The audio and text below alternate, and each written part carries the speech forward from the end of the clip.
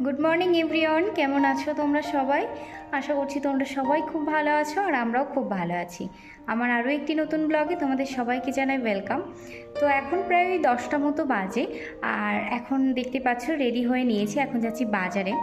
আজকে নীল পুজো, তো নীল পুজোর জন্য কিছু জিনিসপত্র লাগবে, সেগুলো আনতেই বাজারে যাচ্ছি। সকালে ঘুম থেকে উঠে সমস্ত কাজ সেরে নিয়েছি, এখন বাজারে যাব। বাজার থেকে সব কিছু এনে তারপর স্নান করে পুজোটা দিয়ে তারপর বাদবাকি কাজ করব। তো সবটা তোমাদের সাথে শেয়ার করব। আশা করছি আজকের ভিডিওটা খুব ভালো লাগবে তোমাদের, আর ভালো লাগলে অবশ্যই পাশে থেকো, পুরো ভিডিওটা দেখার অনুরোধ রইল। তো চলো এখন বেরোনো যাক। তো আমরা বাজারে চলে এসেছি। বাজারে এসে প্রথমে একটু সবজি নিয়ে নিলাম, এরপর চলে এলাম ফলগুলো কিনতে। আজ শুক্রবার, তো শুক্রবার করে এখানে কিন্তু হাট বসে, কিন্তু আমরা একটু তাড়াতাড়ি গেছিলাম।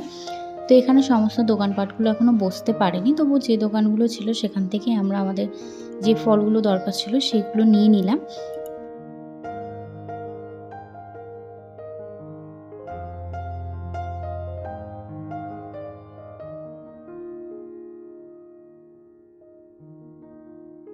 ফল মিষ্টি যা যা লাগতো সেগুলো তো নিয়ে নিয়েছি। এবার এখান থেকে মুদিখানার কয়েকটা জিনিস দরকার ছিল, সেগুলো নিয়ে নিলাম।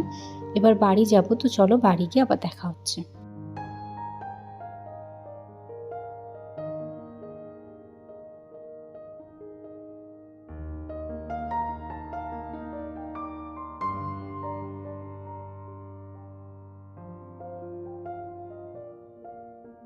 বাজার থেকে চলে এসেছি, সমস্ত কিছু বাজার করে নিয়ে চলে এসেছি। আর চোখ মুখের অবস্থা খুবই খারাপ এখন, প্রচণ্ড রোদ বাজারে। আর এখানে তো রোদের ভীষণই তাপ, প্রচণ্ড রোদ, মাথাটাও ভীষণ ঘুরছে, এত রোদ্দুর, গলা বুক শুকিয়ে গেছে। এখন তাড়াতাড়ি সমস্ত কাজ করতে হবে। এখন প্রথমে যাব স্নান করতে, তারপরে পুজোর সমস্ত কাজও করতে হবে, তারপর তো পুজো দিতে হবে। তো চলো প্রথমে স্নানটা সেরে নিই, নাহলে তার কোনো কাজ করা হচ্ছে না। তো একটু বসবো 5 মিনিট, তারপর স্নানটা করে নেব, তারপর আবার পরে দেখা হচ্ছে স্নান করে।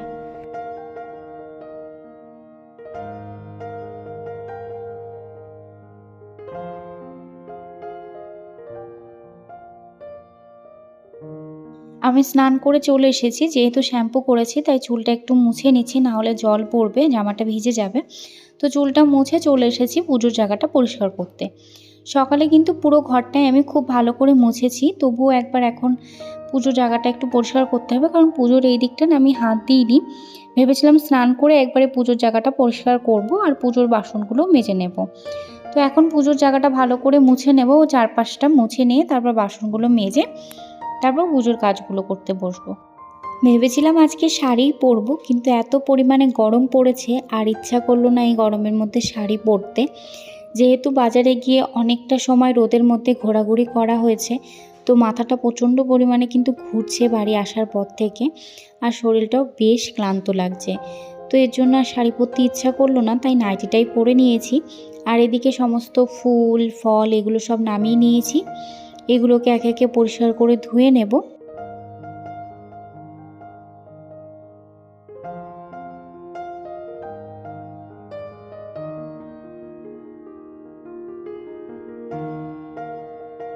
পুজোর ফল টলগুলো ধুয়ে গুছিয়ে রেখে এদিকে আমার ভোলেনাথকে স্নান করে দিয়েছি, আর মালতীকে স্নান করে ওনাকে শাড়ি টাড়ি পরিয়ে সাজিয়ে গুজিয়ে দিয়েছি।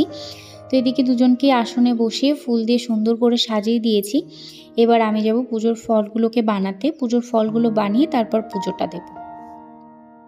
প্রতি বছরের তুলনায় এবছর কিন্তু নীল পুজোটা আমার একটু অন্যরকমই কাটছে। এবছর অনেক কিছুই অন্যরকম কেটেছে, তবে অন্য দিনের তুলনায় কিন্তু আজকের মন খারাপটা দ্বিগুণ।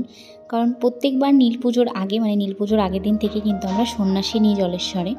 তো সেই সন্ন্যাসী থাকার একটা এক্সাইটমেন্ট, একটা মজা, বাবার নামে থাকা, প্রত্যেক দিন মন্দিরে যাওয়া, তার একটা অনুভূতিই আলাদা। তো সেটা এবছর আর হলো না, তার জন্য একটা আলাদাই মন খারাপ রয়েছে। এই সন্ন্যাসীর জন্য কিন্তু পুরো বছর আমরা অপেক্ষা করে থাকি। এই বছরের 4টে দিন আমাদের কাছে খুব স্পেশাল। আমরা অনেকেই সন্ন্যাসী করি, আমার বাড়ির থেকে অনেকে করে, আমার দিদি করে, আমার হাজব্যান্ডও করে। তো এটা আমাদের একটা আলাদাই ভালো লাগার জায়গা।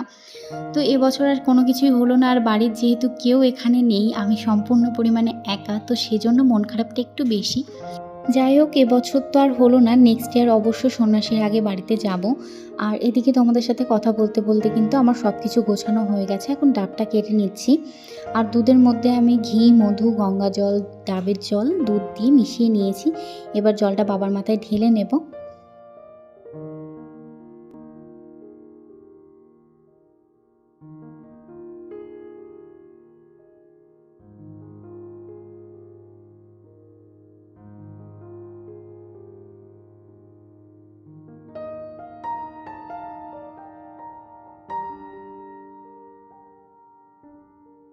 আমার সাথে কিন্তু আমার হাজব্যান্ডও উপোস ছিল, তো আমরা দুজন মিলেই বাবার মাথায় জল দিয়ে পুজোটা সেরে নিলাম। এরপর পুজো দিয়ে বসেছি প্রসাদ খেতে। তোমরা অবশ্যই কমেন্ট করে আমায় জানিও যে আজকের দিনটা তোমাদের কেমন কাটলো, তোমরা নীল পুজো কেমনভাবে কাটাও, আর কে কে উপোস ছিলে বাবার মাথায় জল দিয়েছো অবশ্যই আমাকে জানিও।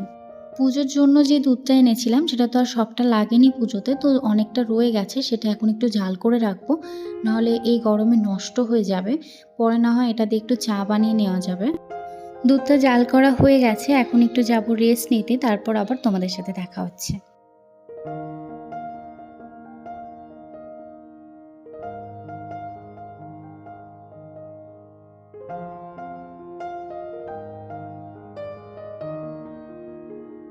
ভিডিও এডিটিংয়ের কিছু কাজ ছিল, সেগুলো শেষ করে একটু ঘুমিয়ে পড়েছিলাম। এখন প্রায় 4টে মতো বাজে। এরপর আমরা ঘুম থেকে উঠে এখন একটু ছাদে এসেছি, আর এখানে ভীষণ সুন্দর হাওয়া দেয়। ঘরের মধ্যে প্রচণ্ড গরম, তাই একটু ছাদে এসে দুজনে গল্প করছিলাম আর হাওয়া খাচ্ছিলাম।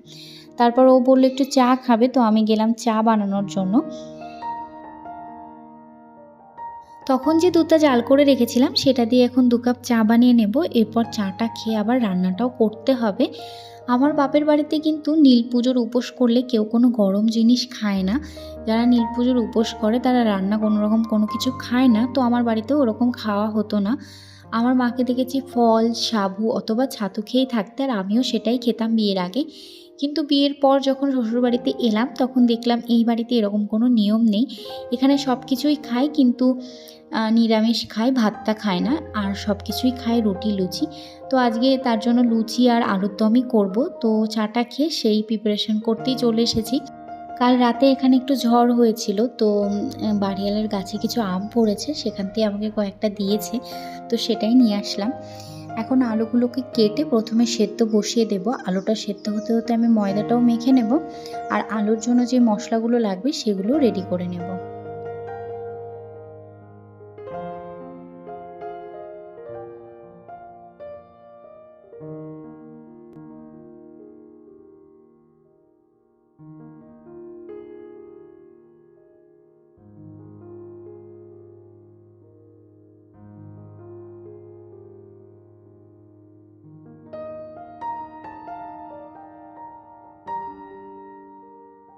আমার ময়দাটা মাখা হয়ে গেছে, এবার এটা কিছুক্ষণ ঢাকা দিয়ে রেখে দেবো। আর এদিকে আলুটাও সেদ্ধ হয়ে গেছে, আর আলুর দমের জন্য কাজু বাদাম, পোস্ত আর আদা লাগবে, সেটাও বেটে নেব। তার আগে আলুটা ভাজতে বসিয়ে দেব।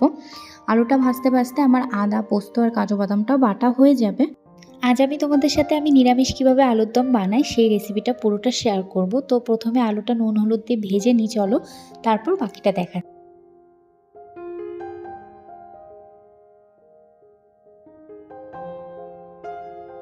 কালকের মতো আজকেও কিন্তু এখানে ঝড় বাতাস শুরু হয়ে গেছে। বাইরে ভীষণই মেঘ করেছে, আর বাইরেটা পুরো অন্ধকার হয়ে গেছে। এখনও কিন্তু এখানে সন্ধ্যা হয়নি, তবু এরকম অন্ধকার হয়ে গেছে, আর ভীষণই মেঘ ডাকছে, বিদ্যুৎ চমকাচ্ছে, হয়তো বৃষ্টিও হবে।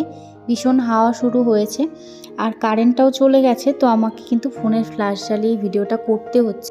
তো তাড়াতাড়ি আমাকে রান্নাটা সারতে হবে। তো তেলের মধ্যে দিয়ে দিলাম লঙ্কা আর গোটা জিরে, গোটা গরম মশলা, ফোড়নটা দেওয়ার পর আমি এখানে যে মশলাটা করে রেখেছিলাম সেটাও দিয়ে দিলাম। দিয়ে তার মধ্যে পরিমাণ মতো নুন, হলুদ, লঙ্কা গুঁড়ো, ধনে গুঁড়ো আর জিরে গুঁড়ো দিয়ে দেব। দিয়ে খুব ভালো করে এটাকে কষে নেব।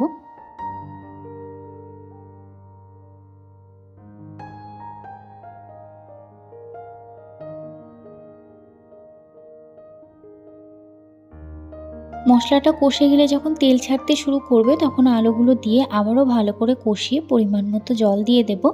আর খুব ভালো করে ফুটিয়ে নামিয়ে নেওয়ার আগে গরম মশলা গুঁড়ো আর ঘি দিয়ে নামিয়ে নেব।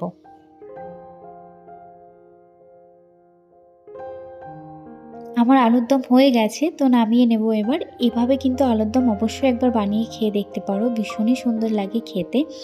তো এবার যাব লুচিগুলো ভেজে নিতে। এখানে বেলে নিয়েছি, তো একে একে এবার লুচিগুলো ভেজে নেব সব।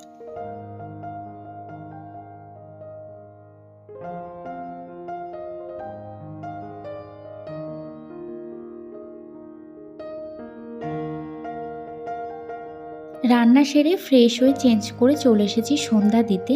তোমরা যারা আমার ভিডিওটা এই অবধি দেখেছো তাদের কাছে একটাই রিকোয়েস্ট থাকবে, যদি ভিডিওটা ভালো লেগে থাকে তাহলে অবশ্যই একটা লাইক করে দিও। কমেন্ট করে জানিও তোমাদের কেমন লাগলো। তোমাদের একটা লাইক, একটা কমেন্টে আমি কিন্তু অনেক বেশি মোটিভেট হই আরও নতুন নতুন ভিডিও তৈরি করতে। তো প্লিজ একটা কমেন্ট আর লাইক করে দিও, আর সাবস্ক্রাইব করে আমার পাশে থেকো। আজকের ভিডিওটা এই অবধিই রাখছি। দেখা হচ্ছে নতুন আরও একটি ভিডিওতে। ততক্ষণে সবাই সুস্থ থেকো, ভালো থেকো।